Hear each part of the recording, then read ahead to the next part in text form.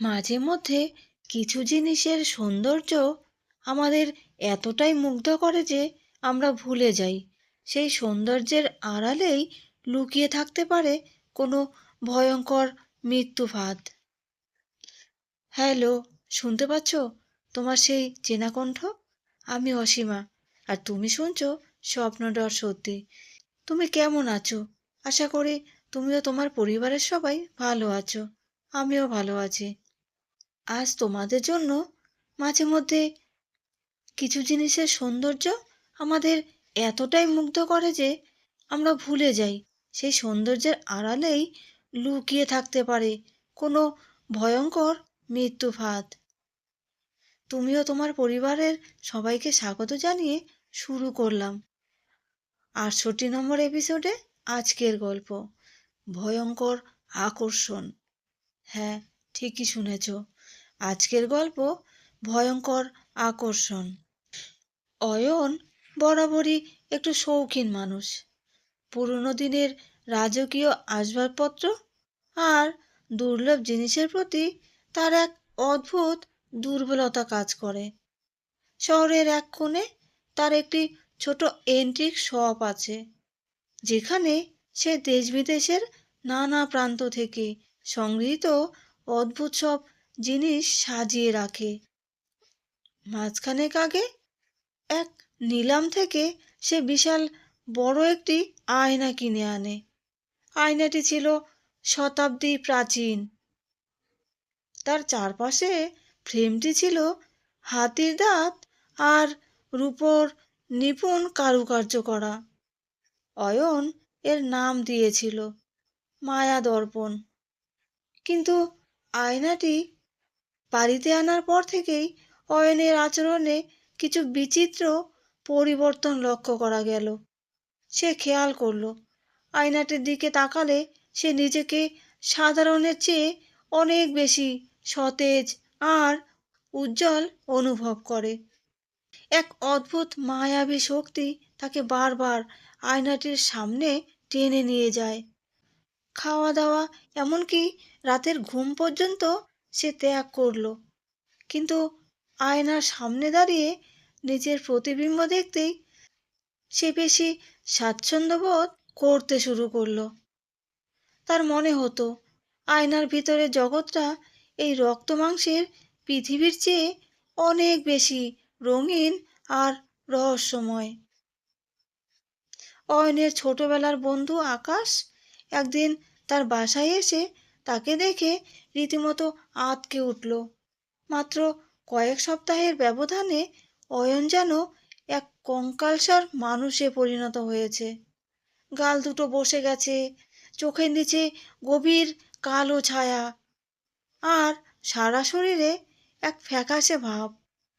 আকাশ শঙ্কিত হয়ে বলল, অয়ন, তোর এই দশা কেন? তুই কি কোনো নেশা করছিস? অয়ন কোনো উত্তর দিল না।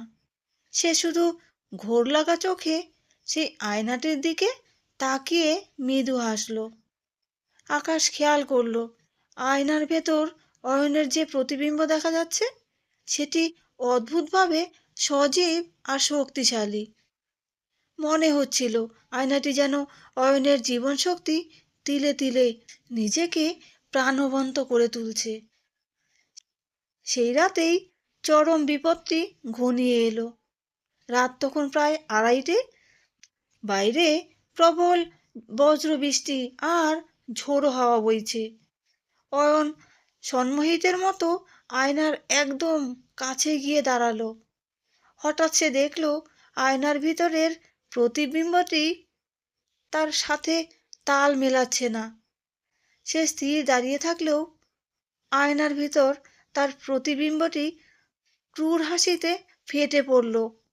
কিছু বুঝে ওঠার আগেই আয়নার কাচের ভেতর থেকে একজোড়া ফ্যাকাশে নীল হাত বেরিয়ে এলো এবং অয়নের গলা শক্ত করে চেপে ধরল। এক হাড় কাঁপানো শীতল স্পর্শে অরণ ছটফট করতে লাগলো। আয়নার ভেতর থেকে এক তীক্ষ্ণ নারী কণ্ঠস্বর ভেসে এলো, এই সৌন্দর্য তোমায় মুগ্ধ করছে না? তবে এর মূল্য চুকিয়ে দাও। তোমার প্রাণ দাও, এই সৌন্দর্য চিরকাল বেঁচে থাকবে। দম বন্ধ হয়ে আসা অয়ন বুঝতে পারল এই আকর্ষণ তাকে আসলে মৃত্যুর গহ্বরে টেনে নিয়ে যাচ্ছে।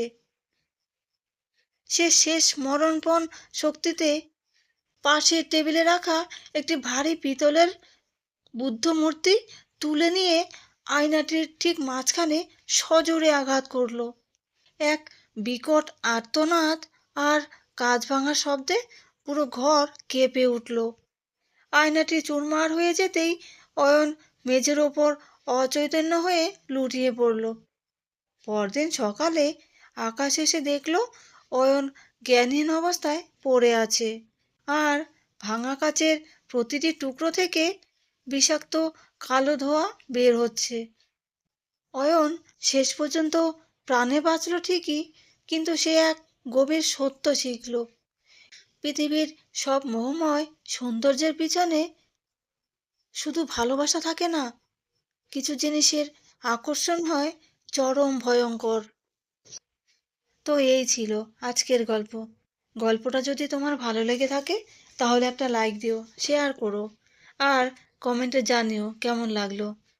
তোমার একটা কমেন্টই আমার পরের গল্পটা বলতে সাহস দেয়। আর তুমি যদি এই চ্যানেলে নতুন হয়ে থাকো তাহলে স্বপ্ন ডট সত্যি চ্যানেলটা সাবস্ক্রাইব করে পাশে থেকো। আর যদি স্বপ্ন ডট সত্যি চ্যানেলে তুমি পুরনো হয়ে থাকো তাহলে তোমাকে অসংখ্য ধন্যবাদ। আমি অসীমা আবার ফিরে আসব নতুন একটি গল্প নিয়ে। তোমরা সবাই ভালো থেকো, সুস্থ থেকো। শুভরাত্রি।